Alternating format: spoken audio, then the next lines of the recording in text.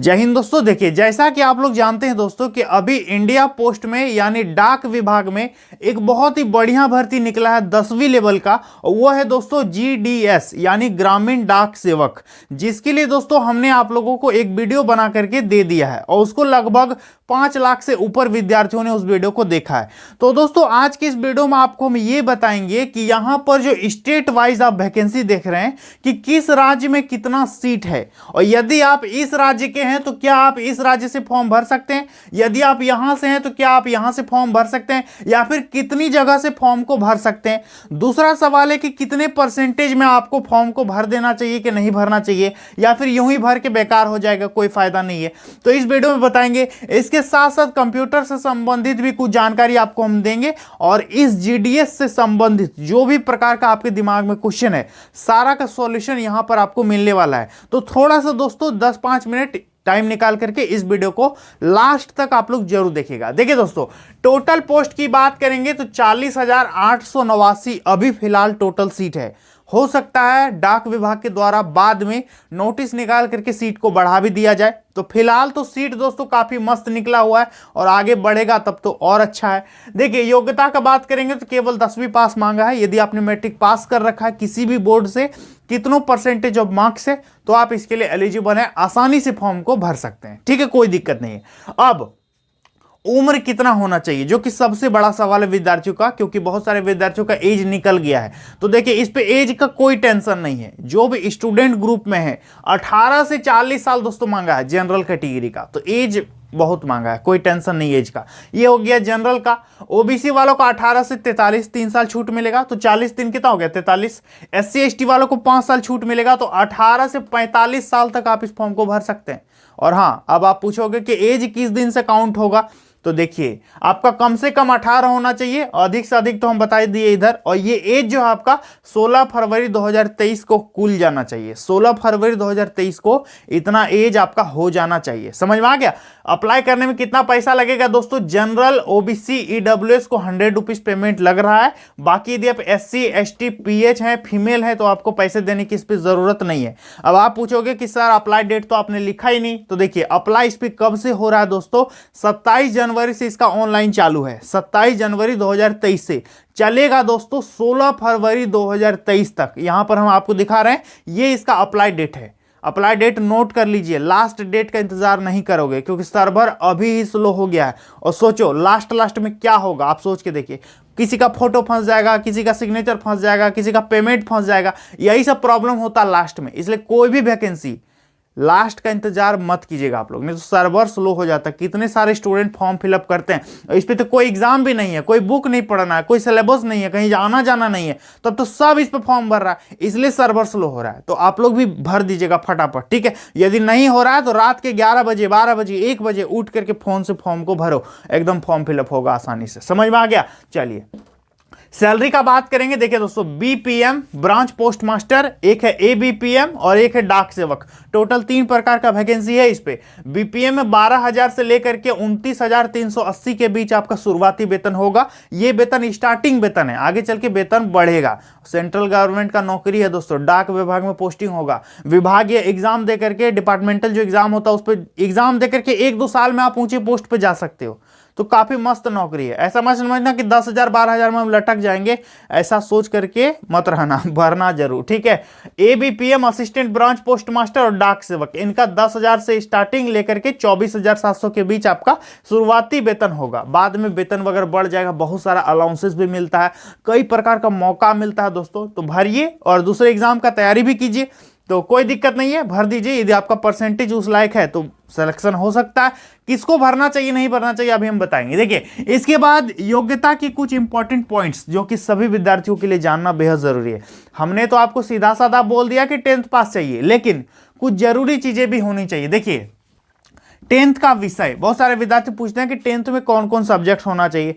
तो सबसे पहले तो आपका मैथ होना चाहिए। क्या होना चाहिए, मैथ प्लस इंग्लिश, ये 2 सब्जेक्ट आपका जरूरी है 10th में। मैथ होना ही चाहिए, इंग्लिश होना ही चाहिए, तब आप भर सकते हैं।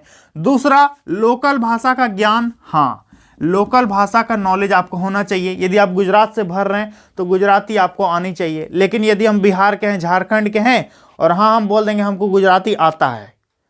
कोई प्रमाण है इसका कि हमको गुजराती आता है कि नहीं आता है? तो क्या मांगा है इन्होंने, एक एक्स्ट्रा चीज मांग दिया है कि 10th में वो सब्जेक्ट आपका होना चाहिए, 10वीं लेवल तक आपने वो सब्जेक्ट यदि पढ़ रखा है, स्टडीड होना चाहिए, तब आप भर सकते हैं। ठीक है, ऐसे तो कोई भी बोल देगा हमको तेलुगु आता है, हमको कन्नड़ आता है, ये आता है, लेकिन इस बार इन्होंने क्या किया है कि आपने 10th तक क्या उसको पढ़ा है कि नहीं पढ़ा है, 10वीं में आपका वो सब्जेक्ट है कि नहीं। यदि आप लोकल भाषा हिंदी बोल रहे हैं तो हिंदी 10th में आपका होना चाहिए। ठीक है, यदि बंगाली बोल रहे हैं तो बंगाली आपका 10th में होना चाहिए। मतलब जिस राज्य से आप फॉर्म को भर रहे हैं उस राज्य का लोकल भाषा 10th के विषय में आपका होना चाहिए, तब भर सकते हैं। ठीक है, कंप्यूटर का नॉलेज मांगा है, सर्टिफिकेट नहीं मांगा है, सर्टिफिकेट नहीं चाहिए। क्या चाहिए? नॉलेज, केवल ज्ञान चाहिए कंप्यूटर का, इसका प्रमाण नहीं देना है कि हमको ज्ञान है कि नहीं है। ठीक है, केवल नॉलेज है ना, भर सकते हैं। और यदि नॉलेज नहीं भी है तो भी आप सीख लीजिएगा। ठीक है, धीरे धीरे सीख लीजिएगा कंप्यूटर क्या है नहीं है, 15-20 दिन में तो आपको कंप्यूटर का नॉलेज हो जाएगा। नॉलेज मांगा है ना, तो फॉर्म को भर दीजिए। यदि आपको कंप्यूटर नहीं भी आता फिर भी जरूर भरिए, कंप्यूटर सीख लीजिएगा, ये कोई बड़ी बात नहीं है, 2-4 महीने में सब कोई सीख जाता है, कोई बड़ा प्रॉब्लम नहीं है। ठीक है, इसके बाद साइकिलिंग, आपको साइकिल चलाना आना चाहिए। पोस्टमैन का भर्ती है दोस्तों, साइकिल चलाना हमेशा मांगता है, तो साइकिल का नॉलेज आपको होना चाहिए, आपको साइकिल चलाने का ज्ञान होना चाहिए। और बताइए कौन ऐसा है भाई जिसको साइकिल चलाना नहीं आता है? और हाँ, एक क्वेश्चन आप लोग हमेशा पूछते हैं कि सर क्या महिलाएं फॉर्म भर सकती हैं? बिल्कुल भर सकते हैं, इस पर लिखा है कि महिलाओं का पैसा नहीं लगेगा, इसका मतलब क्या हुआ? महिला भी भर सकती है। ठीक है, तो ये हो गए दोस्तों कुछ पॉइंट्स। अब बात करेंगे कि कितना परसेंटेज में भरना चाहिए और काम क्या क्या करना होगा। लेकिन ये सब बताने से पहले आपको हम कुछ जरूरी बात बताना चाहेंगे। देखिए स्टेट वाइज वैकेंसी कहां कितना है और कहां से आप फॉर्म भर सकते हैं, ध्यान दीजिएगा।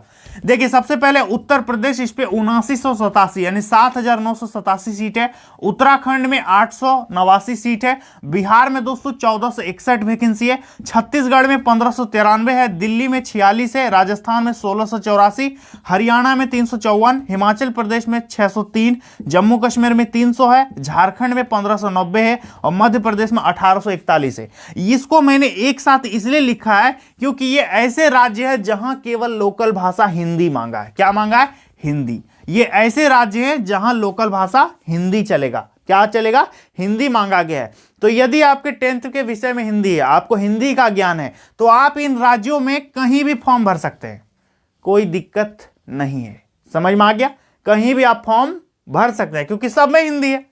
समझ में आ गया? लेकिन कुछ कुछ ऐसे राज्य हैं जहां हिंदी के साथ बंगाली भी है, हिंदी के साथ साथ असमी भी है, बहुत सारे लैंग्वेज को मिक्स करके वहां पर दिया गया है नोटिफिकेशन में। तो देखिए दिखाते हैं। इसके बाद दोस्तों पंजाब।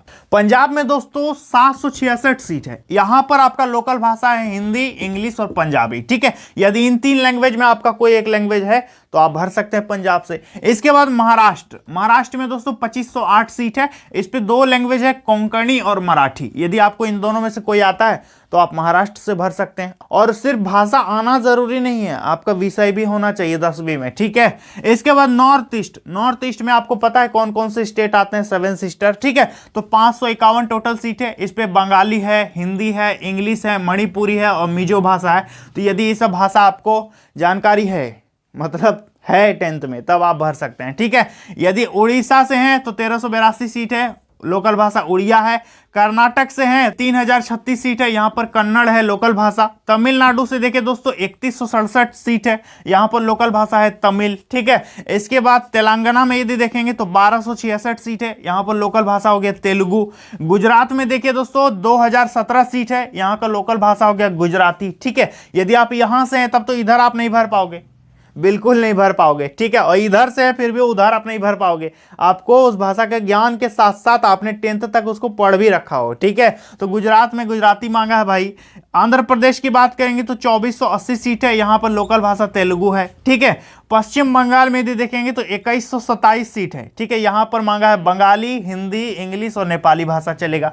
ठीक है, इसके बाद असम की बात करेंगे तो देखिए यहां पर 407 टोटल वैकेंसी है। ठीक है, इस पे असमी, असोमिया, बंगाली, बांग्ला, बोडो, हिंदी, इंग्लिश, ये सब लोकल भाषा यहां पर है। ठीक है, तो यदि आप दोस्तों, हम तो आपको यही सजेस्ट करेंगे कि आप जिस भी एरिया में रहते हैं, ठीक है, जैसे यदि आप राजस्थान के हैं तो आप यहीं से अप्लाई कीजिए, आपके लिए बेटर होगा, सबसे अच्छा होगा। ठीक है, और पोस्ट ऑफिस का नौकरी है दोस्तों, और जितना नजदीक में रह के काम कीजिएगा उतना काम करने में आपको मजा भी आएगा। समझ में आ गया। और यदि आप फिर भी चाहते हैं कि हम सर दूसरे राज्य में भरेंगे, हम वहां नहीं रहते हैं, हम दूसरे राज्य में भरना चाहते हैं, तो आप हिंदी भाषी राज्य से ही भरिएगा। यदि आप हिंदी बोलते हैं तो हिंदी भाषी राज्य से ही आप फॉर्म को फिलअप कीजिएगा। समझ में आ गया। जैसे झारखंड से हैं तो आप बिहार में, यूपी कहीं भी जाकर के फॉर्म भर सकते हैं, बट आई विल सजेस्ट कि आपको अपने राज्य से ही फॉर्म भरना चाहिए। अपने डिवीजन के आसपास दूसरे डिवीजन में भी जा सकते हो,